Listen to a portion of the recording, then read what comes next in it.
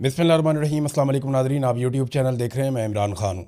Nadreen ने सुबह सहरी के बाद देखा तो पता चला कि पाकिस्तान और अफ़गानिस्तान की लड़ाई हुई है रात को। सारी तफसीलात मैंने इकट्ठी की हैं और तफसीलात आपके साथ शेयर करता हूँ। ये नेशनल मीडिया पे, इंटरनेशनल मीडिया पे और अफ़गान मीडिया पे तीनों तरफ रिपोर्ट हुआ है। पाकिस्तान का मीडिया भी रिपोर्ट कर रहा है, अफ़गानिस्तान का मीडिया भी रिपोर्ट कर रहा है और इंटरनेशनल मीडिया भी रिपोर्ट कर रहा है। अब पाकिस्तान का मीडिया जो है वो एक तरह से रिपोर्ट करता है, लाजमी बात है, जब आप एक जंग में होते हैं तो वो रिपोर्ट आपको वैसे ही करना होता है। अफ़गानिस्तान का मीडिया वही कहेगा जो अफ़गानिस्तान को सूट करता है। और इंटरनेशनल मीडिया जो है उसकी भी बाज़ मीडिया हाउसेस ऐसे हैं जिनकी अपनी अपनी लाइनें हैं और वो अपनी लाइन लेते हैं अपनी अपनी पसंद के मुताबिक, लेकिन फिर भी पिक्चर क्लियर हो जाती है जब आलमी इदारे बीच में पड़ते हैं। ये लड़ाई हुई क्यों, और ये देखें, मैं आपको ये बताता हूँ कि ये दूसरी लड़ाई है। इससे पहले कुछ अर्सा पहले झड़पें हुई थी बॉर्डर के ऊपर, और ड्यूरन लाइन इसको कहते हैं। यहाँ पे पहले भी झड़पें हुई थी। थोड़ा अर्सा पहले पाकिस्तान ने एयर स्ट्राइक की थी, उसके बाद झड़पें हुई थी। अब पाकिस्तान ने 4 दिन पहले भी एयर स्ट्राइक की और उसके बाद गुज़िश्ता रात दोबारा झड़पें हुई हैं। और इस मरतबा जो झड़पें हुई हैं बड़ी शदीद हैं, यानी जैसे पहले लड़ाई हुई थी उससे ज़्यादा शदीद लड़ाई है। अच्छा जी, अब इसकी रीज़न क्या है? सबसे पहले तो आप ये देखें कि पाकिस्तान में दहशतगर्दी के वाक़यात बढ़ते जा रहे हैं और पाकिस्तान दहशतगर्दी कंट्रोल करने में कामयाब नहीं हो पा रहा। दहशतगर्दी जो काफ़ी कम हो गई थी वो लगातार गुज़िश्ता चंद सालों से बढ़ रही है और ये रिकॉर्ड लगता चला जा रहा है। यानी पिछले कई सालों में पाकिस्तान में इतनी दहशतगर्दी नहीं हुई जितनी दहशतगर्दी गुज़िश्ता 1-2 सालों में हुई है। 2025 बड़ा खौफनाक साल था। कोयटा में दहशतगर्दी हो रही है, बलूचिस्तान पूरे में दहशतगर्दी हो रही है।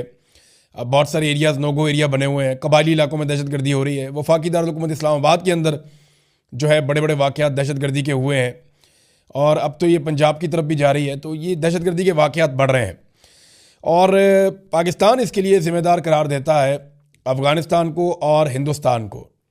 इसमें जो पाकिस्तान की तरफ से ऑफिशियल सरकारी मौक़िफ़ आता है बार बार वो ये आता है कि ये फितनतुल हिंदुस्तान और साथ में अफ़गानिस्तान के अंदर फितनतुल ख़वारिज और ये तहरीक तालिबान पाकिस्तान, और ये इनके ऊपर पाकिस्तान ब्लेम करता है कि ये पाकिस्तान में दहशतगर्दी करवा रहे हैं और इसके पीछे भारत है। पाकिस्तान की जानिब से जो सरकारी मौक़िफ़ है वो ये है। अच्छा, कुछ अर्सा पहले अभी कुछ वाक़यात हुए दहशतगर्दी के जिसमें एक लेफ्टिनेंट कर्नल भी शहीद हो गए। तो उनकी शहादत के बाद काफ़ी गम गुस्सा था पाकिस्तान की सिक्योरिटी फोर्सेस में, और फिर उस शहादत के बाद जिसमें 2 सिपाही थे और एक लेफ्टिनेंट कर्नल शहीद हुए, पाकिस्तान एयरफोर्स ने अफ़गानिस्तान के ऊपर अटैक किया। ये 7 मुख्तलिफ इलाकों में अटैक हुआ इससे चंद दिन पहले, और इसके अंदर जो पाकिस्तान का क्लेम है वो कुछ और है और अफ़गानिस्तान का क्लेम कुछ और है, जबकि एक क्लेम यूनाइटेड नेशन का भी है।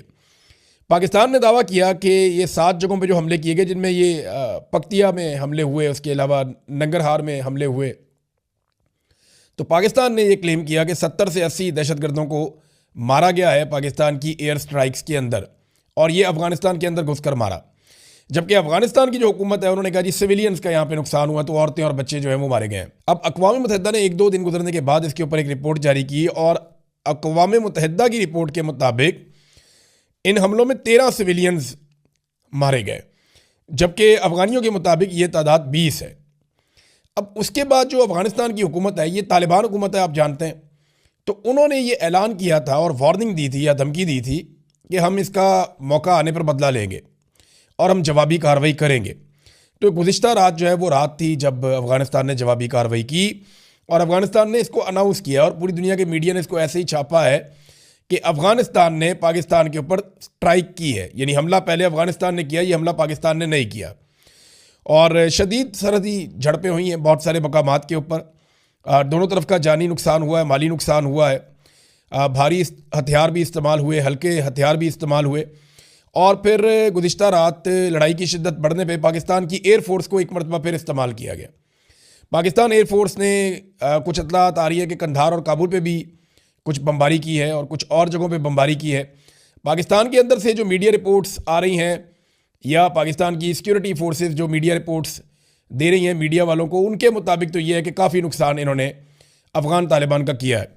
जबकि ऐसी ही रिपोर्टें जो हैं वो अफ़गान तालिबान भी दे रहे हैं अपने मीडिया को, और वो भी बैनुल अक़वामी मीडिया में ये दावे कर रहे हैं। दोनों के अगर आप दावे देखें तो दोनों ने भारी नुकसान किया है।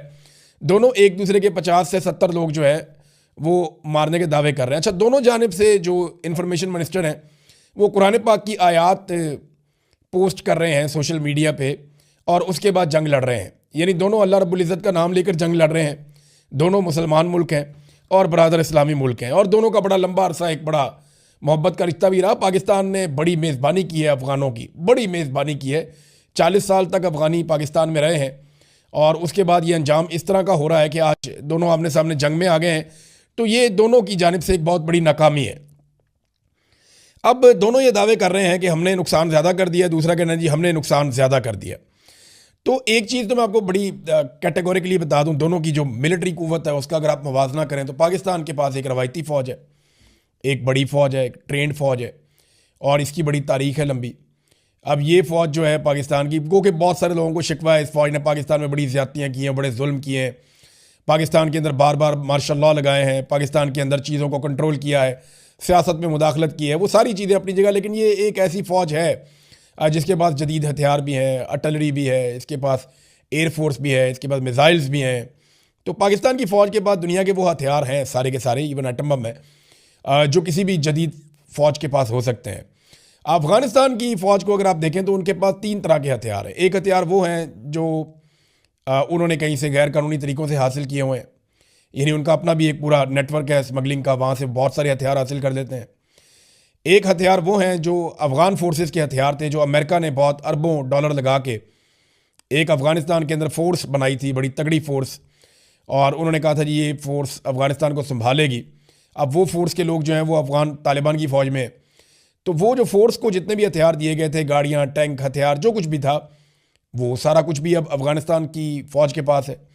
और नंबर 3 जो हथियार अमेरिका छोड़ गया वहाँ पे बहुत बड़े पैमाने पे, वो भी इस वक्त अफ़गानिस्तान के पास है। अफ़गानिस्तान के पास कोई प्रॉपर एयर फोर्स नहीं है। छोटे हथियार उनके पास बहुत सारे हैं, बड़े हथियार उनके पास उतनी बड़ी मिकदार में नहीं है। लेकिन एयरफोर्स उनके पास प्रॉपर नहीं है, लेकिन कुछ तैयारे उनके पास हैं, लेकिन लड़ाका जेट नहीं है, और थोड़े बहुत हेलीकॉप्टर हैं, लेकिन ये आप उनकी एयरफोर्स ना होने के बराबर है। ये वही हालत है जैसे ईरान की हालत है, उनके पास भी कोई एयरफोर्स ऐसा सच नहीं है, तो अफ़गानिस्तान के पास भी नहीं है। तो पाकिस्तान का रवायती लड़ाई के अंदर वो मुकाबला नहीं कर सकते। देखिए, जो अफ़गानिस्तान का एक पैटर्न है ना लड़ाई का, वो अपने एरियाज़ को खाली कर देते हैं हमेशा। यानी अगर पाकिस्तान की फ़ौज चाहे तो मेरे ख्याल में पाकिस्तान की फ़ौज 2-4-5 दिन लगाए तो काबुल तक चली जाए और वो सारे एरियाज़ ले ले, तो वहाँ आप ले तो सकते हैं, लेकिन फिर आप उसको कंट्रोल नहीं कर सकते। उसकी वजह यह है कि ले तो अमेरिकन ने भी लिया था, नेटो की सारी मुल्कों की फ़ौज आ गई थी, उन्होंने आकर अफ़गानिस्तान पे अपनी तरफ से वो पूरा कब्ज़ा ले लिया था, लेकिन 20 साल उसके बाद वो वहाँ पे मार खाते रहे। क्योंकि ये जो तालिबान है ना, इनके पास एक ही हिकमत अमली है और उसको गुरीला वॉर कहते हैं। ये गुरीला वॉर के मास्टर हैं। इन्होंने गुज़िश्ता 50 साल तकरीबन गुरीला वॉर में गुजारे हैं। यानी जब सोवियत यूनियन आया, रशिया, उसके साथ इन्होंने लंबा अरसा गुरीला वॉर लड़ी, उनको शिकस्त दी। उसके बाद कुछ अर्सा इनकी हुकूमत रही, फिर नेटो आ गया अमेरिका लेकर, तो उनके साथ भी इन्होंने 20 साल तक वही गुरीला वॉर लड़ी। तो इनको गुरीला जंग लड़ने का लगभग 50 साल का तजुर्बा है। तो ये सामने से आकर वो उस तरह की लड़ाई जो है रवायती लड़ाई है वो नहीं लड़ेंगे, लंबी लड़ाई अफगानिस्तान नहीं लड़ सकता। लेकिन हाँ, ये गुरीला वॉर का यानी दहशतगर्दी के वाक़यात बढ़ जाएंगे, कुछ सिविलियन की शहादतें हो जाएंगी, कोई ये खुद कुछ हमले बढ़ जाएंगे, कोई इस तरह की चीज़ें जो हैं ये उनका हथियार है जो गुरीला वॉर के अंदर वो इस्तेमाल करते हैं। तो अब नाजरीन, दोनों के सोशल मीडिया के ऊपर अलग अलग किस्म की वीडियोस भी चल रही हैं। अच्छा, सोशल मीडिया पे बहुत सारी वीडियोस ऐसी चल रही हैं दोनों तरफ से जो जाली हैं, यानी कुछ तो वीडियोस ऐसी हैं जो वीडियो गेम्स की हैं, इनका कोई हकीकत से ताल्लुक ही नहीं है, और कुछ वीडियोस ऐसी हैं जो किसी और हादसे की, किसी और वाक़े की, और वो यहाँ पे लाके चला रहे हैं। तो दोनों तरफ के लोग बड़े जज्बाती हुए हैं। पाकिस्तान के अंदर हमारे बहुत सारे दोस्त जज्बाती हो गए, लेकिन मैंने एक चीज़ नोट की है कि इंडिया के साथ लड़ाई होती है ना पाकिस्तान की, तो बिल्कुल एक अलग किस्म का मुल्क के लोगों का तासुर होता है, वो और तरीके से इसके बारे में सोचते हैं। अफ़गानिस्तान के साथ लड़ाई होती है तो ना वो उस किस्म का माहौल नहीं बनता, हालांकि वो माहौल बनाया रात को लोगों ने, बातचीत इसके बारे में की है। देखिए, जब भी कभी पाकिस्तान की किसी भी मुल्क के साथ लड़ाई होगी तो खड़े तो सारे लोग पाकिस्तान के साथ होंगे जो पाकिस्तानी है, और हम सबका फ़र्ज़ है कि पाकिस्तान के साथ खड़े हों, हमारा मुल्क है, उसकी सरज़मीन की हिफाजत सबके ऊपर फ़र्ज़ है। लेकिन ये बात है कि इंडिया के साथ लड़ाई होती है तो कुछ और मामला होता है, अफ़गानिस्तान के साथ लड़ाई होती है तो फिर कुछ और मामला होता है ना। मिसाल के तौर पे मैं आपको बताता हूँ, एमल वली खान का स्टेटमेंट आप देख लें और साथ में आप एक स्टेटमेंट देख लें हमदुल्ला साहब का, हाफिज़ हमदुल्ला साहब का। इन दोनों के स्टेटमेंट आप देखेंगे तो आपको आइडिया हो जाएगा कि ये वैसे नहीं है जैसे नॉर्मली होता है। यानी हाफिज़ अब्दुल्ला क्या कहते हैं वो मैं आपको पहले बाद में बताता हूँ। पहले आप देखें, एमल वली खान कहते हैं कि गुजारिश है कि होश और सब्र और शऊर का दामन हाथ से ना छोड़ें और नफ़रत के बयानिए का हिस्सा ना बने। एमल वली खान ने बड़ी लंबी चौड़ी एक स्टेटमेंट जारी की और उसमें एमल वली खान साहब ने कहा, जनाब के हम तो शुरू से मना करते चले आए हैं, ये प्रॉक्सीज बनाई गई हैं, इस इलाके को जानबूझ के इस तरह की नफ़रत में धकेला गया है। ना अफ़गानिस्तान के लोग बदअमनी चाहते हैं, ना पाकिस्तान के लोग बदअमनी चाहते हैं, तो दोनों तरफ जो है वो पुरअमन लोग हैं, लिहाजा नफ़रत ना बढ़ाई जाए। तो इस किस्म की बातें उन्होंने की हैं। हाफिज़ अब्दुल्ला जो हैं उन्होंने भी ऐसी बात की है। हाफिज़ अब्दुल्ला कहते हैं कि पाक अफ़गान जंग मसले का हल नहीं बल्कि जंग खुद एक मसला है, लिहाजा मुज़ाकरात मसले का वाहिद हल है। मुस्लिम ममालिक दोनों बरादर मुल्कों के दरमियान मसालियत का किरदार अदा करें, वरना ये जंग पूरे खित्ते को लपेट में लेगी, कोई नहीं बचेगा, ये उन्होंने कहा। अच्छा, इंडिया पूरी तरह से सपोर्ट कर रहा है जी अफ़गानिस्तान को, ये थोड़ी सी हैरत अंगेज़ चीज़ है। तालिबान जो इंडिया के दुश्मन हुआ करते थे और इंडिया इन्हें बहुत नफ़रत करता था, इस वक्त इंडियन मीडिया, इंडिया के लोग वो भरपूर सपोर्ट कर रहे हैं अफ़गान तालिबान को पाकिस्तान के मुकाबले में। और पाकिस्तान जिनका एसेट हुआ करते थे ये तालिबान, आज पाकिस्तान जो है वो उन्हीं तालिबान के साथ लड़ रहा है। ये तालिबान 20 साल लड़ाई लड़के इन्होंने नेटो फोर्सेस को यहाँ से निकलने पर मजबूर किया। उसके बाद पाकिस्तान इस हुकूमत के साथ ताल्लुकात बना सकता था जैसे इंडिया ने बनाए, लेकिन वो मामला खटाई में चला गया। पाकिस्तान के अपने बड़े मसाइल चल रहे थे, रजीम चेंज ऑपरेशन और ये और वो। बहरहाल इंडिया जो है वो पूरी ताकत से इस वक्त सपोर्ट कर रहा है। पाकिस्तान के खिलाफ कोई भी आएगा इंडिया सपोर्ट ही करेगा, और इंडिया से और उम्मीद आप क्या कर सकते हैं। अब इंडिया के कई लोग ये कह रहे हैं जनाब फौरी तौर पे, वो मैं पढ़ रहा था सोशल मीडिया पे, इनको तेजास दे दिए जाएं, इनको जो है राफेल दे दिए जाएं, इनको जो है वो SU-30 दे दिए जाएं। तो भाई आप ही लड़ लो आके। यानी तालिबान को ये चलाने कहाँ से आएंगे, ये तो तुम्हारे पायलट चलाते हैं। पिछली दफ़ा भी आपने लड़ाई कर दी थी, आप फिर लड़ाई कर ले। तो लड़ाई है ना, उसका नतीजा जो भी हो आपको एंड में टेबल पर बैठना पड़ता है। तो ये पाकिस्तान को और अफगानिस्तान को भी मामला बैठकर टेबल पे हल करना पड़ेगा। मैं एक चीज़ आपको क्लियर कर दूं, देखें ये दो मुसलमान मुल्कों के बीच में लड़ाई है और दोनों लोग जो हैं वो कलमा गो हैं और दोनों अल्लाह का नाम लेकर लड़ रहे हैं। दोनों ने जो है वो कुरान पाक की आयत भी पोस्ट की हैं, उसके बाद उन्होंने लड़ाई लड़ी है। तो दोनों तरफ से जो लोग इस जांबा को होंगे दोनों को शहीद भी कहेंगे, वहाँ की हुकूमत भी कहेगी, यहाँ की हुकूमत भी कहेगी। तो इसके अंदर जो है वो मुसलमानों का नुकसान है। दो मुसलमान मुल्क आपस में लड़ रहे हैं और जो दुश्मन है वो तो खुश होंगे कि ठीक है, अच्छा हुआ ये आपस में लड़के मरे। देखें ना, जो तमाशा देखने वाले हैं वो तो हज़ारों मील दूर बैठ के तमाशा देख रहे हैं। तो ये अफ़गानिस्तान की और पाकिस्तान की दोनों की ये रिस्पॉन्सिबिलिटी थी कि ये दहशतगर्दी को ख़त्म करने के लिए मिलकर कोऑर्डिनेशन के साथ काम करते। दहशतगर्दी पाकिस्तान में बहुत ज़्यादा बढ़ रही है, अफ़गानिस्तान में भी वाक़यात होते हैं। अगर दोनों ममालिक कोऑर्डिनेशन के साथ चलें, मिलकर एक हिकमत अमली बनाएं और आपस में ना लड़ें और दहशतगर्दों से लड़ें, तो ये दहशतगर्दी को ख़त्म कर सकते हैं और एक दूसरे की मदद करके एक दूसरे की इकॉनमी को ऊपर ला सकते हैं। दोनों के अवाम तरक्की कर सकते हैं। लेकिन मुझे पॉजिटिविटी नज़र नहीं आ रही, क्योंकि देखें ना, अमेरिका के मफादात कुछ और हैं, भारत के मफादात कुछ और हैं, तालिबान के मफादात कुछ और हैं, पाकिस्तान की मिलिट्री एस्टेब्लिशमेंट जो है वो कुछ और सोचती है। तो ये लड़ाइयाँ चलती रहती हैं इस तरह। नाज़रीन, पाकिस्तान तहरीक इंसाफ का स्टेटमेंट आप सुन लीजिए, क्योंकि कल पाकिस्तान तहरीक इंसाफ को गद्दार भी करार देना है सब ने मिलकर, और ये सारी पॉलिटिकल पार्टीज़ बहुत जल्दी ये कहेंगे कि पाकिस्तान तहरीक इंसाफ गद्दार है और पाकिस्तान तहरीक इंसाफ ने जो है वो गद्दारी की है। और इस दफ़ा ये जाके तालिबान के साथ खड़े हो गए, पहले ये जाके इंडिया के साथ खड़े हो गए। तो तहरीक इंसाफ जो है वो बड़े सियाणे हैं, उन सब ने स्टेटमेंट दे दिया। देखिए ना, एमल वली खान ने जंग के खिलाफ स्टेटमेंट दिया, उन्होंने कोई किसी किस्म का जज्बाती स्टेटमेंट नहीं दिया। फजल रहमान साहब की पार्टी ने जंग के खिलाफ स्टेटमेंट दिया, हाफिज़ अब्दुल्ला ने किसी किस्म का कोई जज्बाती स्टेटमेंट नहीं दिया। लेकिन पाकिस्तान तहरीक इंसाफ ने फौरी तौर पर जो स्टेटमेंट दिया मैं आपको बता देता हूँ। पाकिस्तान के खिलाफ अफगानिस्तान की इश्तियाल अंगेज़ी का भरपूर जवाब दिया जाएगा।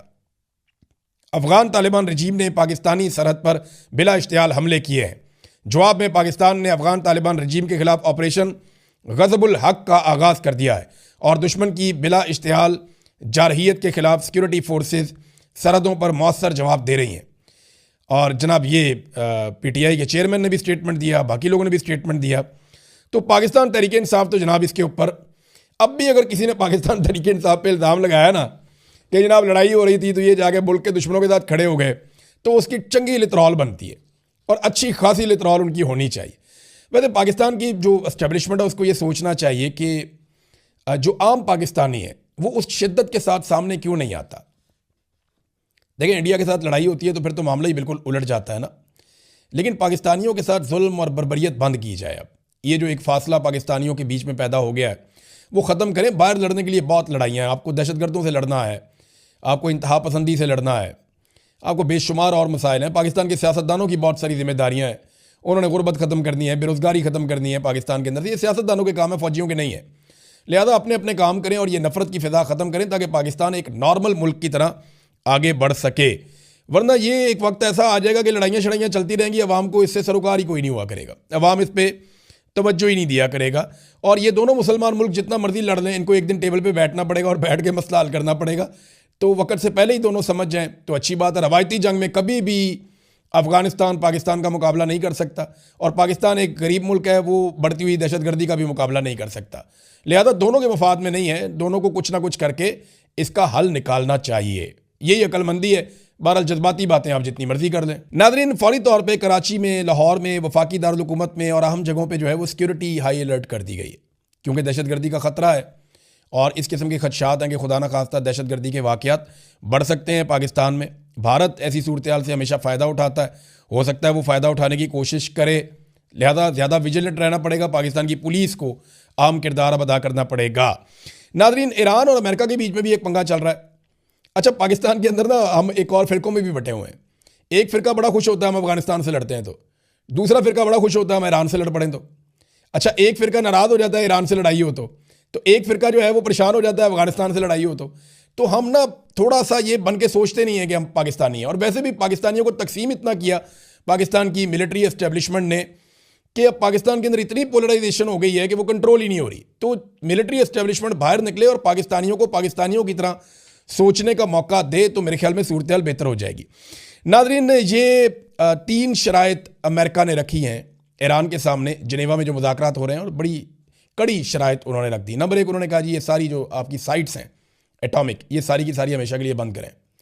नंबर 2, उन्होंने कहा जो भी आपने अब तक काम डाला हुआ है ना वो सारा सामान हमारे हवाले करें, यानी जो चीज़ें भी आपने बनाई हैं अब तक, जो मवाद आपके पास है वो सारा हमारे हवाले करें।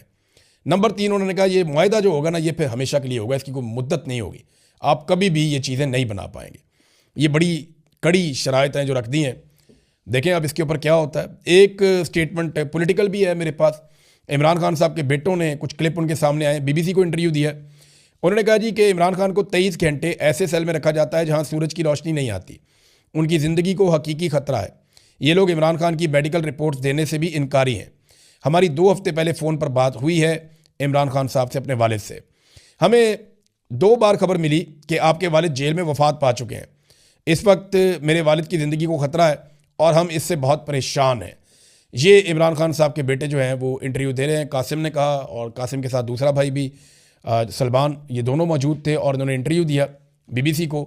तो जो तफसीली इंटरव्यू आता है, तो क्योंकि इनकी बात हुई है इमरान खान साहब से, ये बहुत कुछ जानते हैं, इनका जो तफसीली इंटरव्यू है वो मैं देखता हूँ और देखने के बाद उसका फिर आपके सामने हम रखेंगे नेक्स्ट वीलॉग में। और उम्मीद करते हैं जैसी लड़ाई गुज़िश्ता रात हुई, आज की रात वैसी लड़ाई नहीं होगी और दोनों मुल्क बैठकर सोचेंगे। दोनों मुसलमान मुल्क हैं, बरादर इस्लामी मुल्क हैं। पाकिस्तान ने बड़े एहसानात किए हुए हैं अफ़गानिस्तान के ऊपर, और पाकिस्तान के जर्नैलों ने बड़े पैसे भी कमाए हुए हैं अफ़गानिस्तान के अंदर जो जंगें हुई उनके नाम के ऊपर, बेशुमार पैसा बनाया जर्नैलों ने, उनकी नस्लें बैठ के खा रही हैं। तो दोनों का बड़ा एक रिलेशन रहा है लव एंड हेट का, तो आपस में ही मामला तय कर लें तो बेहतर है, वरना दुनिया तमाशा देखेगी। अब तक के लिए इतने, अपना ख्याल रखिएगा, अपने चैनल का भी। अल्लाह हाफ़िज़।